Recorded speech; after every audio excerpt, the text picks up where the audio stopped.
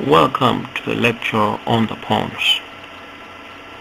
The pons is a special relay center for the cortico-pontocerebellar tract. It is responsible for highly coordinated repetitive movements that require skill, extensive control, and intensive training. The pons is placed between the medulla inferiorly and the midbrain superiorly. It is divided into a ventral basis pontis and a dorsal pontine tegmentum. Grossly, it has two massive structures on the sides of the ventrally placed basis pontis. The groove or sulcus between the two lateral structures contains the basilar artery which provide pontine branches that reach the pons circumferentially. On the lateral aspect of the pons, we have two massive middle cerebellar peduncles which course forwards and downwards to reach the cerebellum.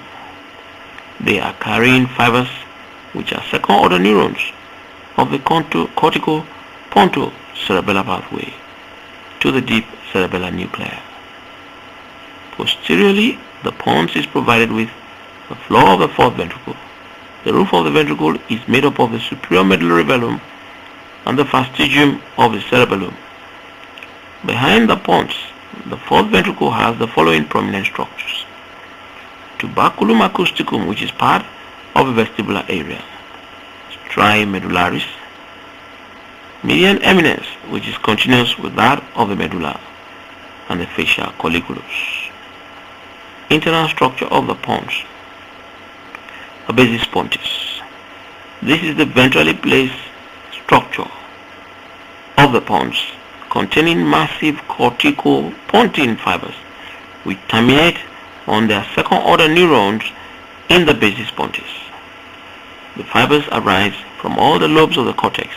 Hence we have the following fibers: temporopontine fibers, parietopontine fibers, occipitopontine fibers, and frontopontine fibers.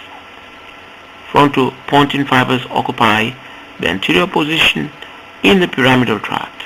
The fibers terminate at different levels in the pons and synapse on the second-order neurons, which then run transversely to reach the middle cerebellar peduncle of the opposite side.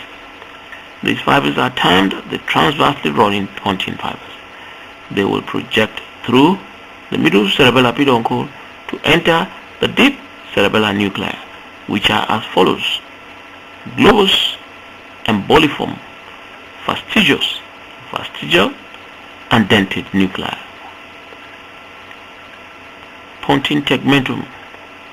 This carries two important structures. Number one, the pontine reticular formation. Number two, the cranial nerve nuclei associated with the pons, which are as follows: the fifth, the sixth, and the seventh cranial nerves. The pontine reticular formation. This is an extension of the medullary reticular formation, and it consists of two parts: a central tegmental part and a lateral part, which contains the following nuclear groups: nucleus reticularis, pontis, pars, oralis. This is the most cranial of the groups. Nucleus reticularis, pontis, pars, caudalis. This is the continuous with the reticular formation of the medulla. And the last is the nucleus reticularis, pontis, pars, interpolaris. This is placed between the pars oralis and the pars caudalis. Pontine cranial nerve nuclei. We have facial nerve. This nerve has its nucleus buried in the fascia colliculus, a little ventral to the nucleus of the abducent nerve. It then forms a genu which sweeps across the dorsal surface of the abducent nucleus in order to reach the lateral aspect of the pontine tegmentum, where it runs a ventral course to escape at the cerebello-pontine angle, medial and inferior to the point of escape of the abducent nerve. It immediately at its extrapulbar course forms the external genu of a facial nerve before it expands to form the geniculate ganglion. This nervous intermediate part then gives off two branches, the chorda tympani and the greater petrosal nerve.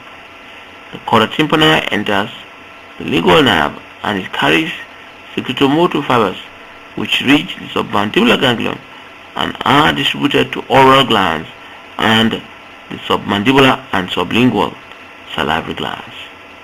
The greater petrosal nerve passes forwards to enter the pterygopontine ganglion, where it relays and its postganglionic fibers then enter the nasal and palatine glands. The facial nerve itself proceeds through the stylomastoid canal and emerges at the stylomastoid foramen to enter the face and supply the muscles of facial expression. The nucleus associated with the facial nerve is the motor nucleus of the facial nerve. Other nuclei are the superior salivary nucleus, the nucleus of the tractus clitorius. Hence, the facial nerve, together with its nervous intermediate component, has the following functional components, which are four in number. 1. GSA fibers, which supply the auricle. 2. GVA fibers, which are secretomotor from the superior salivary nucleus. They will supply the submandibular and sublingual glands, including nasal and palatine glands, and the lacrimal apparatus via the nerve which hitchhikes in the zygomatico-temporal nerve. Number 3, you have SVE fibers, which supply the muscles of facial expression, including platysma, buccinator, posterior belly of the digastric, and the stylohyoid. They are from the motor or nucleus, the motor nucleus of a facial nerve. Then you have SVA fibers for taste in the anterior two-third of the tongue via the chorda tympani. The abducent nerve. This nerve has its nucleus placed within the facial colliculus. It is responsible for the formation of the colliculus at the floor of the fourth ventricle. The fibers of the internal genu of the facial nerve sweeps across its normal dorsal aspect and later lateral to it. It escapes, that is the abducent nerve, escapes from the brainstem above the pyramid at the pontomedullary junction. The abducent nerve is surrounded by the paraabducent nucleus. This nucleus is thought to contain fibers which are part of the extrapyramidal system that control lateral gaze movement. Abducent nerve supplies the lateral rectus. Damage to this nerve will cause paralysis of the lateral rectus. Damage to the paraabducent nucleus will lead to paralysis of lateral gaze. The rostral part of the pons begins to change its configuration so that to that of the isthmus rubencephaly. Hence, certain nuclear groups belonging to the isthmus begin to appear and show themselves in the upper part of the pons. They include certain Raphael nuclei and the locus ceruleus.